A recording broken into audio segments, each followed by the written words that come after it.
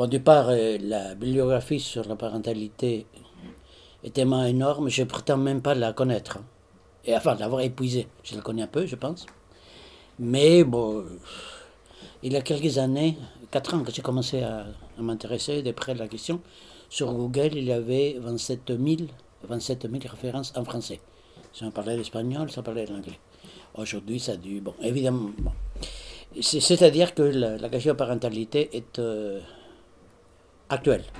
Je dirais pas, parce que pour le moment superficiel, c'est une mode, ça va passer. Il se peut que ça passe, mais pas parce que c'est une mode, c'est pour d'autres raisons.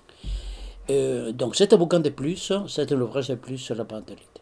Les approches, que ce soit en livre, en conférence, en formation, etc., les approches de la question sont montées sur l'équivoque fondamental. On dit le mot parentalité, on n'avoue pas de quoi on parle. Et c'est comme si le lecteur, l'auditeur et l'auteur savaient de quoi il parle. Bon. Ma prétention, c'est faire de la philo, et pas la philo universitaire, disons, au mauvais sens en tout cas. C'est-à-dire, si philo veut dire n'est pas, n'est pas céder sur la question de pourquoi. Appliqué à la question, comme j'ai pu le faire pour d'autres thématiques. De quoi on parle quand on parle de parentalité? Quel est le contenu? Qu'est-ce qui s'ajoute? Qu'est-ce qui s'enlève à la notion de famille? Pourquoi a-t-on cru nécessaire d'inventer cette notion? Voilà. C'est autour de ça qui porte ma réflexion, disons.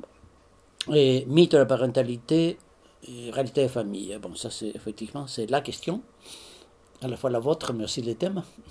Bon, là, je prends mythe au sens post-lévi-straussien, c'est-à-dire un mythe n'est pas un mensonge, c'est pas un bobard qu'on raconte pour... un mythe est, bon, comme le grand mythe étudié, déconstruit par Louis-Strauss, un mythe a une puissance fabulatrice, fait rêver dans le monde possible, et effectivement indique des voies d'action. Ça ne se passe pas que dans la tête, pour le dire comme ça. Et ça oriente les interventions auprès des familles, ça dit ce qui, en tant que père, me manque, j'ai de trop, j'ai pas assez, etc. C'est un mythe, parce que ça n'existe nulle part, il n'y a pas de lieu. La famille, vous pouvez la repérer dans un domicile, des articles du Code civil, des manifestations diverses, disons, des enfants qui sont faits, qui s'envoient à l'école, que l'école garde ou rejette. Bon. Tandis que la parentalité a un statut mythique au sens dans mon langage, idéologique, sauf que dans ma bouche, idéologique, c'est pas une insulte. Et si on est pressé, on peut dire symbolique, avec quoi on ne dit pas grand-chose, mais la plupart de mes collègues ne dépassent pas ce stade primitif de symbolique. Bien sûr, c'est du symbolique, mais ce n'est pas n'importe quel symbolique. La parentalité, ce n'est pas élever aux enfants au mieux.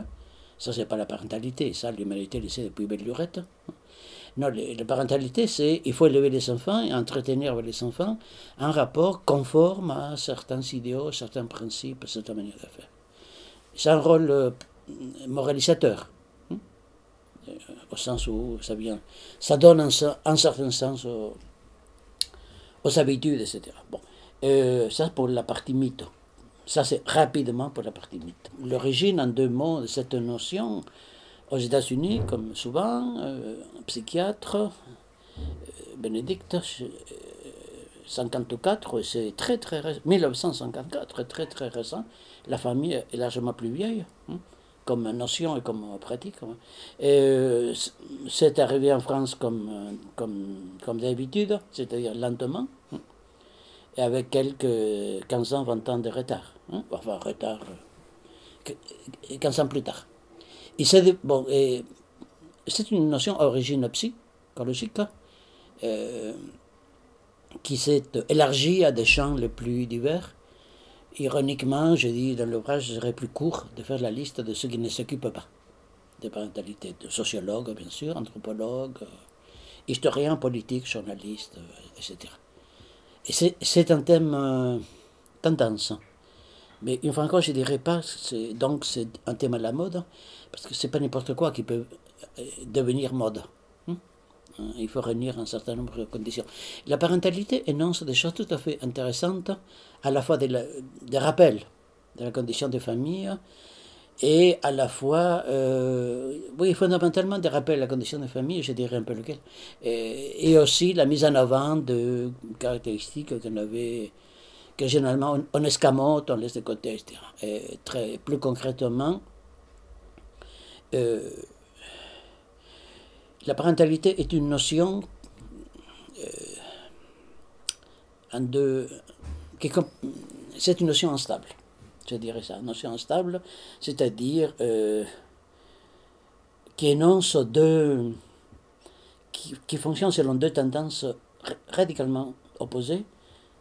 S'il fallait mettre une étiquette sécuritaire l'une, et pas seulement sur la police, hein, sécuritaire chez les psy aussi, et sécuritaire l'une, démocratique l'autre. On peut utiliser des catégories relativement connues. Elle est rendue possible par la disjonction entre couple parental, couple conjugal. Et l'émergence massive, hein, c'est le mot-clé. Hein, et l'émergence statistiquement massive de liens adultes-enfants qui ne passent pas forcément par la famille. En tout cas par la famille bicéphale, hétéro, comme on dit par erreur. Il n'y a pas de famille hétéro parce qu'il n'y a pas de famille homo. C'est les conjoints qui sont ou pas. Hein, mais disons, ce sont des abus de langage pas gratuits. Mais bon, nous n'avons pas le temps pour entrer dans ces détails ici. L'extrême diversité des formes de parentalité, homo, pluri, grande parentalité, et bon, j'avais recensé, mais c'est dans le livre, j'avais recensé 7, 8 et modalités qui ne sont pas des synonymes. Hein, parce que quand sont les grands-parents, ce n'est pas les parents. Les modalités sont très différentes. Bon, ça vient de dire, entre autres choses, ça vient de dire que s'occuper des enfants, sur un plan affectif, moral, éducatif, s'occuper des enfants n'est pas une condition naturelle. C'est ça, pour moi, les grands intérêts pour moi de la notion de parentalité. Ce n'est pas une donnée naturelle, et c'est pourquoi tout un combat de ma part contre des notions, pour moi, hautement bizarres, comme parents naturels ou parents biologiques. Je trouve ça presque marrant, si ça ne conduisait pas à des choses très, très délicates. Les parents sont tous sauf naturels. Ce n'est pas une donnée de la nature. Dans la nature, il n'y a pas de parents. Il y a géniteurs, génitrices, ou des éprouvettes. Absolument disparates des familles, vient se poser ce mythe charmant, extraordinaire, et comme tout mythe irréel, même chez Lévi-Strauss, ce mythe irréel que les familles pourraient toutes aimer les enfants, les éduquer comme il faut, etc., ce qui est un des rêves de plus de notre petite humanité, le royaume de l'amour.